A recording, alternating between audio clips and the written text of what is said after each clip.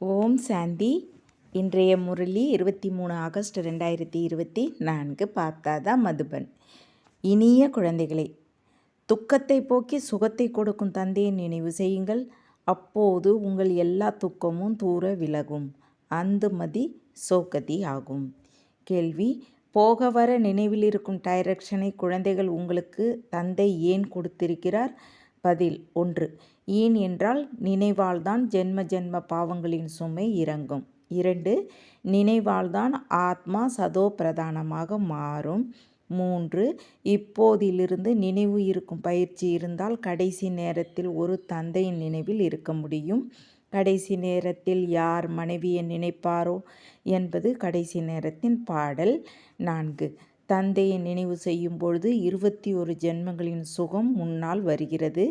தந்தையைப் போல இனிய பொருள் உலகில் எதுவுமே இல்லை. எனவே குழந்தைகளை போக வர என்னை நினைவு செய்யுங்கள் என்பது தந்தையின் டைரக்ஷன். ஓம் சாந்தி. யாருடைய நினைவில் அமர்ந்து இருக்கிறீர்கள்? இது ஒருவரோட வைக்கும் இனிமையிலும் இனிமையான சம்பந்தம். இது எல்லோரையும் துக்கத்திலிருந்து விடுவிக்கிறது. தந்தை குழந்தைகளை பார்க்கும்பொழுது எல்லா பாவங்களும் அழிந்து கொண்டே போகின்றன. ஆத்மா சதோ பிரதானத்தின் பக்கம் போகிறது. அளவற்ற துக்கம் இருக்கிறது. துக்கத்தை போக்கி சுகத்தை கொடுப்பவர் என பாடவும் செய்கிறார்கள். இப்போது தந்தை உங்களை மிக உண்மையாகவே எல்லா துக்கத்திலிருந்தும் விடுவிக்க வந்திருக்கிறார். சொர்க்கத்தின் துக்கத்தின் பெயர் அடையாளம் இருப்பது இல்லை.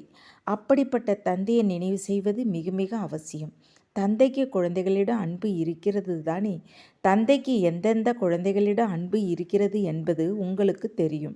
தன்னை ஆத்மா என்று உணருங்கள், தேகம் என்று நினைக்காதீர்கள் என்று குழந்தைகளுக்கு புரிய வைக்கிறார். யார் நல்ல ரத்தினமோ அவர் போக வர தந்தையை நினைவு செய்கிறார். இதையும் ஏன் சொல்கிறார்? ஏன் என்றால் உங்கள் ஜென்ம ஜென்ம பாவங்களின் பானை நிறைந்து இருக்கிறது. அதனால் இந்த நினைவின் யாத்திரையில்தான் நீங்கள் பாவ ஆத்மாக்களிலிருந்து புண்ணிய ஆத்மாக்களாக மாறுவீர்கள். இது பழைய உடல் என்பதும் குழந்தைகள் உங்களுக்கு தெரியும். துக்கம் ஆத்மாவிற்கு கிடைக்கிறது. சரீரத்திற்கு காயம் ஏற்படும் பொழுது ஆத்மா துக்கத்தை உணர்கிறது. நான் நோயாளியாக துக்கத்தில் இருக்கிறேன் என ஆத்மா சொல்கிறது. இது துக்கத்தின் உலகம். எங்கே வேண்டுமானாலும் செல்லுங்கள், துக்கமே துக்கமாக இருக்கிறது. சுகதாமத்தில் துக்கம் ஏற்பட முடியாது. துக்கத்தின் பெயரை எடுத்தாலே நீங்கள் துக்கதாமத்தில் இருக்கிறீர்கள் என்பது அர்த்தம். சுகதாமத்தில் கொஞ்சம் கூட துக்கமில்லை. இன்னும் கொஞ்ச நேரமே பாக்கி இருக்கிறது. இதில் தந்தையை நினைவு செய்வதற்கு முழுமையாக முயற்சி செய்ய வேண்டும். எந்த அளவு நினைவு செய்து கொண்டு இருப்பீர்களோ அந்த அளவு சதோ பிரதானமாக மாறிக்கொண்டே போவீர்கள். முயற்சி செய்து அப்படிப்பட்ட மனநிலையை உருவாக்க வேண்டும். அதனால் உங்களுக்கு கடைசியில் தந்தையை தவிர வேறு எதுவும் நினைவிற்கு வரக்கூடாது. கடைசி காலத்தில் யார் மனைவியை நினைப்பாரோ என்று பாடலும் இருக்கிறது. இது கடைசி காலம் இல்லையா? பழைய உலகம் துக்கதாமத்தின் கடைசி நேரமாக இருக்கிறது. இப்பொழுது நீங்கள் சுகதாமத்திற்கு போவதற்கு முயற்சி செய்கிறீர்கள். நீங்கள் சூத்திரரிலிருந்து பிராமணராக மாறியிருக்கிறீர்கள். இது நினைவில் இருக்க வேண்டும் தானே? சூத்திரர்களுக்கு துக்கம் இருக்கிறது. நாம் துக்கத்திலிருந்து விடுபட்டு இப்பொழுது சிகரத்தின் மீது ஏறிக்கொண்டு இருக்கிறோம். அதனால் ஒரு தந்தையை நினைவு செய்ய வேண்டும்.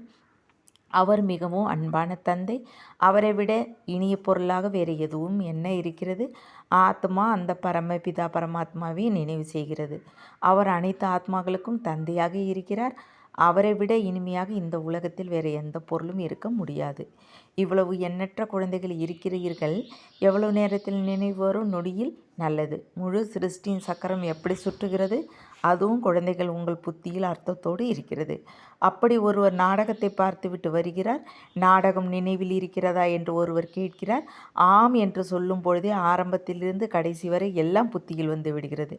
மற்றபடி அதை விவரித்து சொல்வதற்கு நேரம் பிடிக்கிறது. பாபா எல்லையற்ற தந்தையாக இருக்கிறார்.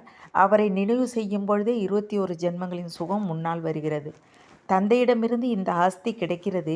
நொடியில் குழந்தைகளுக்கு தந்தையின் ஆஸ்தி முன்னால் வருகிறது. குழந்தை பிறக்கிறது, வாரிசும் பிறந்திருக்கிறது என்பதை தந்தை அறிந்து கொள்கிறார். முழு சொத்தும் நினைவிற்கு வருகிறது. நீங்களும் தனித்தனி குழந்தைகளாக இருக்கிறீர்கள். ஆஸ்தியும் தனித்தனியாக கிடைக்கிறது தானே? தனித்தனியாக நினைவு செய்கிறீர்கள். நாம் எல்லையற்ற தந்தையின் வாரிசுகள். சத்தியுகத்தில் ஒரு மகன் மட்டுமே இருப்பார். அவர் முழு சொத்திற்கும் வாரிசாக இருப்பார். குழந்தைகளுக்கு தந்தை கிடைத்தார், அதனால் உலகில் எஜமானர்களாக நொடியில் மாறினீர்கள். அதற்கு நேரம் பிடிப்பது இல்லை. நீங்கள் உங்களை ஆத்மா என்று உணருங்கள் என்று தந்தை சொல்கிறார். பெண் என்ன நினைக்காதீர்கள், ஆத்மா மகனாக இருக்கிறது, எனக்கு எல்லா குழந்தைகளும் நினைவில் வருகிறது என்று தந்தை சொல்கிறார். ஆத்மாக்கள் எல்லோரும் சகோதரர்கள். அனைத்து தர்மங்களை சேர்ந்த யார் வந்தாலும் எல்லா தர்மங்களை சேர்ந்தவர்களும் சகோதரர்கள் என்று சொல்கிறார்கள். எனினும் புரிந்து கொள்வதில்லை. நாம் தந்தையின் மிக அன்பான குழந்தைகள் என்பதை இப்பொழுது நீங்கள் புரிந்திருக்கிறீர்கள். தந்தையிடமிருந்து எல்லையற்ற ஆஸ்தி முழுமையாக கிடைக்கும். எப்படி கிடைக்கும்? அதுவும் குழந்தைகள் உங்களுக்கு நொடியில் நினைவுக்கு வருகிறது. நாம் சதோ பிரதானமாக இருந்தோம், பிறகு தமோ பிரதானமாக மாறினோம். இப்போது மீண்டும் சதோ பிரதானமாக மாற வேண்டும். தந்தையிடமிருந்து நாம் சொர்க்க சுகத்தின் ஆஸ்தியை பெற வேண்டும் என்பது உங்களுக்கு தெரியும். தன்னை ஆத்மா என்று உணருங்கள் என்று தந்தை சொல்கிறார். தேகம் அழியக்கூடியது. ஆத்மாவே சரீரத்தை விட்டுவிட்டு சென்று விடுகிறது. பிறகு சென்று அடுத்த பிறவி சரீரத்தை கர்ப்பத்தில் பெறுகிறது.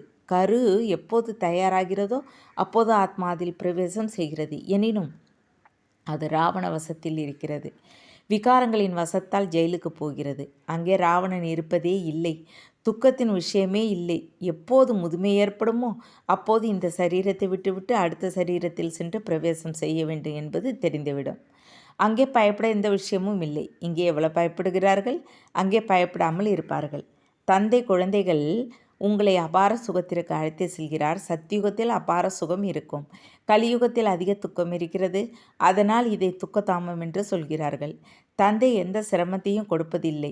இல்லற விவகாரத்தில் நன்றாக இருங்கள். குழந்தையை பராமரிங்கள். தந்தையை மட்டும் நினைவு செய்யுங்கள். குருகோசாயி எல்லோரையும் விட்டுவிடுங்கள். நான் எல்லா குருமார்களை விடவும் பெரியவராக இருக்கிறேன். அவர்கள் எல்லோரும் எனது படைப்பு. என்னை தவிர வேற யாரையும் பதித்த பாவனர் என்று சொல்ல மாட்டார்கள். பிரம்மா, விஷ்ணு, சங்கரை பதித்த பாவனர் என்று சொல்வார்களா என்ன? இல்லை. என்னை தவிர தேவர்களையும் அப்படி சொல்ல மாட்டார்கள்.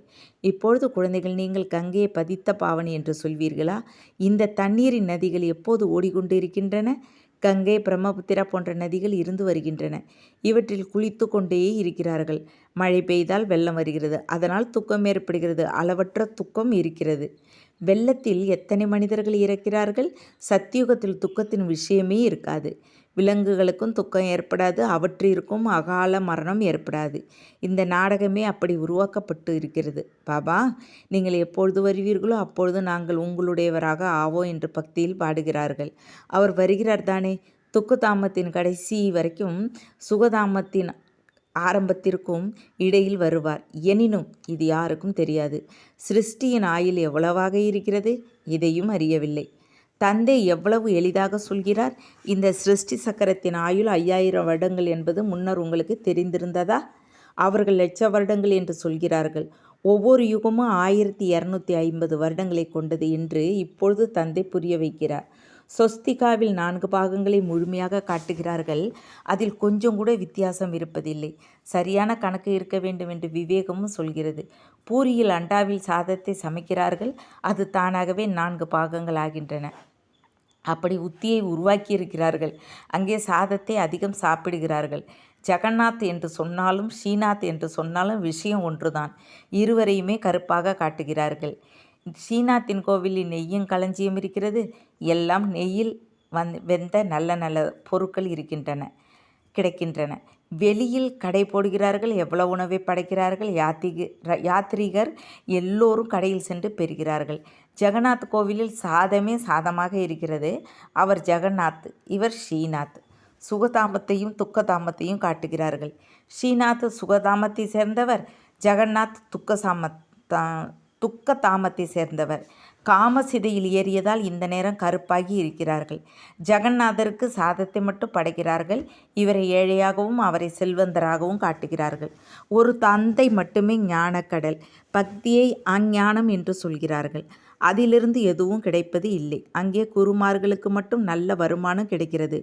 ஒருவர் திறமைசாலியாக இருந்தால் அவரிடமிருந்து கற்றால் அவரை எனது குரு, அவர் எனக்கு இதை கற்பித்தார் என்று சொல்வார். அவர்கள் எல்லோரும் மனிதர்கள், பிறவி எடுப்பவர்கள். இப்போது உங்களோடு யார் இருக்கிறார்?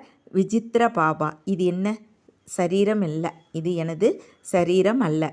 என்று அவர் சொல்கிறார். இது உங்கள் தாதாவின் சரீரம். அவர் 84 பிறவிகளை முழுமையாக எடுத்திருக்கிறார். உங்களை சுகதாமத்திற்கு அழைத்து செல்ல இவரது பல பிறவிகளின் கடைசியில் நான் இவருக்குள் பிரவேசம் செய்கிறேன். இவரை கௌமுக் என்றும் சொல்கிறார்கள். எவ்வளவு தூரத்திலிருந்து கௌமுக்கிற்காக வருகிறார்கள். இங்கேயும் கௌமுக் இருக்கிறது. மலையிலிருந்து நிச்சயம் தண்ணீர் வரும். மலையிலிருந்து தண்ணீர் தினந்தோறும் கிணற்றுக்கு வருகிறது. அது ஒருபோதும் நிற்பது இல்லை. தண்ணீர் வந்து கொண்டே இருக்கிறது. எங்கிருந்து தண்ணீர் வந்தாலும் அதை கங்கை நீர் என்று சொல்கிறார்கள். அங்கே சென்று குளிக்கிறார்கள். கங்கை நீர் என்று நினைக்கிறார்கள். எனினும் பதித்தண்ணிலிருந்து பாவனமாக இரத்த தண்ணீர்கள் இந்த தண்ணீரால் ஆக மாட்டார்கள். நானே பதித்த பாவனா என்று தந்தை சொல்கிறார். ஆத்மாக்களே, என்னை மட்டும் நினைவு செய்யுங்கள். தேகம் உட்பட தேகத்தின் அனைத்து சம்பந்தங்களையும் விட்டுவிட்டு தன்னை ஆத்மா என்று உணர்ந்து என்னை நினைவு செய்தால் உங்கள் ஜென்ம ஜென்ம பலன்கள் சாம்பல் ஆகும். தந்தை உங்களை ஜென்ம ஜென்ம பாவங்களிலிருந்து விடுவிக்கிறார். இந்த நேரம் உலகில் எல்லோரும் பாவங்களை செய்து கொண்டு இருக்கிறார்கள். கர்ம சுமை இருக்கிறது. முந்தைய பிறவியில் பாவம் செய்தீர்கள்.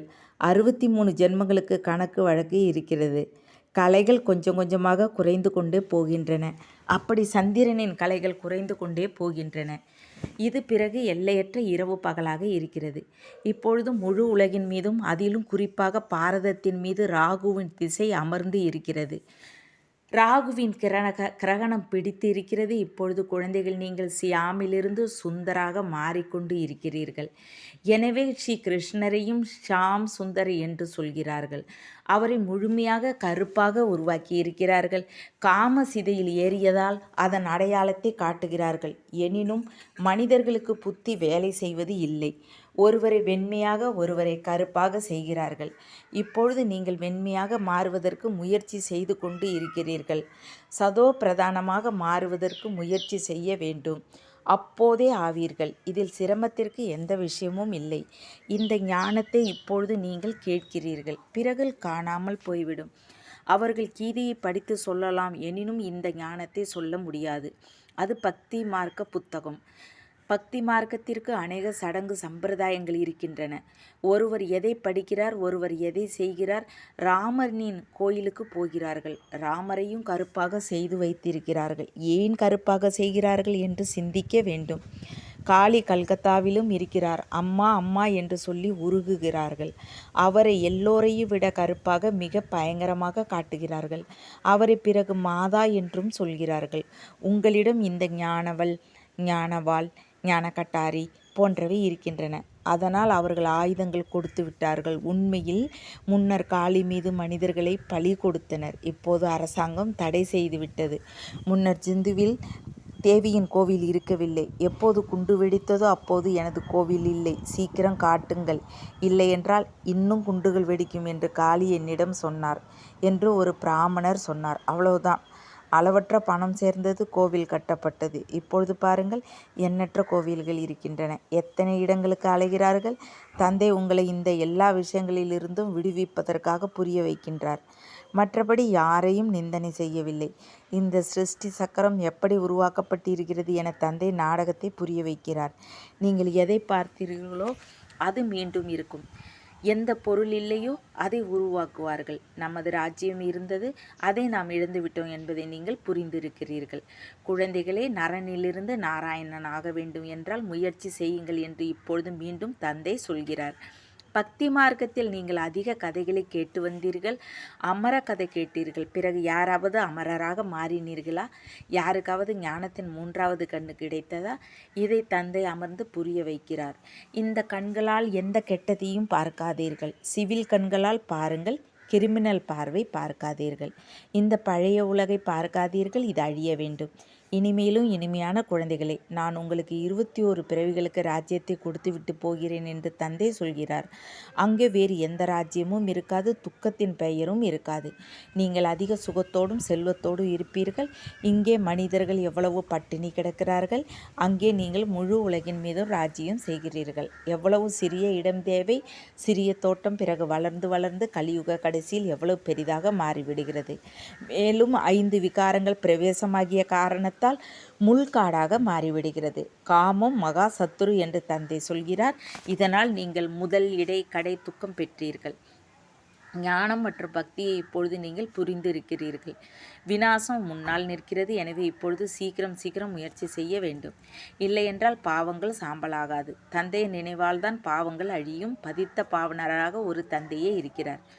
கல்ப முன்னர் யார் முயற்சி செய்தார்களோ அவர்கள் நிச்சயம் செய்து காட்டுவார்கள். மந்தம் ஆகாதீர்கள். ஒரு தந்தையை தவிர வேறு யாரையும் நினைவு செய்யாதீர்கள். எல்லோரும் துக்கத்தை கொடுப்பவர்கள். யார் சதா சுகத்தை கொடுப்பவரோ அவரை நினைவு செய்யுங்கள். இதில் தவறு செய்யக்கூடாது. நினைவு செய்யவில்லை என்றால் எப்படி பாவனமாக மாறுவீர்கள்? நல்லது. இனிமையிலும் இனிமையான காணாமல் போய் கண்டெடுக்கப்பட்ட செல்ல குழந்தைகளுக்கு தாய் தந்தை பாப்தாதாவின் அன்பு நினைவுகள் மற்றும் காலை வணக்கம். ஆன்மீக குழந்தைகளுக்கு ஆன்மீக தந்தையின் நமஸ்தே. ஆன்மீக தந்தைக்கு ஆன்மீக குழந்தைகளின் அன்பு நினைவுகள் மற்றும் நமஸ்தே. தாரணைக்கான முக்கிய சார 1. இந்த கண்களால் கெட்டதை பார்க்கக்கூடாது. தந்தை எந்த 3வது கண்ணை கொடுத்து இருக்கிறாரோ அந்த சிவில் கண்களால் பார்க்க வேண்டும்.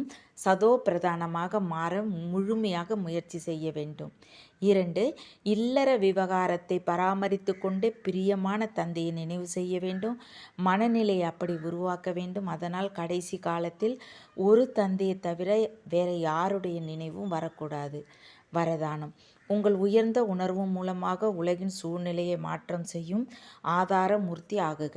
குழந்தைகள், நீங்கள் உங்கள் வாழ்விற்கு மட்டும் ஆதாரமில்லை, ஆனால் உலகில் உள்ள அனைத்து ஆத்மாக்களுக்கும் ஆதார மூர்த்தியாக இருக்கிறீர்கள். உங்கள் உயர்ந்த உணவால் உலகின் சூழ்நிலை மாறிக்கொண்டு இருக்கிறது. உங்கள் பவித்திர பார்வையால் உலகில் உள்ள ஆத்மாக்களும் இயற்கையாக பவித்திரமாகின்றன. திருஷ்டியால் சிருஷ்டி மாறிக்கொண்டு இருக்கிறது. உங்கள் உயர்ந்த கர்மத்தால் மிக உயர்ந்த உலகம் உருவாகி கொண்டு இருக்கிறது. இப்பொழுது நீங்கள் இவ்வளவு பெரிய பொறுப்பின் கிரீடதாரி ஆகிறீர்கள். அதனால் எதிர்காலத்தில் கிரீடமும் சிம்மாசனமும் கிடைக்கும். ஸ்லோகன்: சர்வ சக்திவான் தந்தையை உங்கள் துணையாக்குங்கள். அப்பொழுது எந்த தடையும் உங்களை தடுக்க முடியாது. ஓம் சாந்தி. தேங்க்ஸ் பாபா.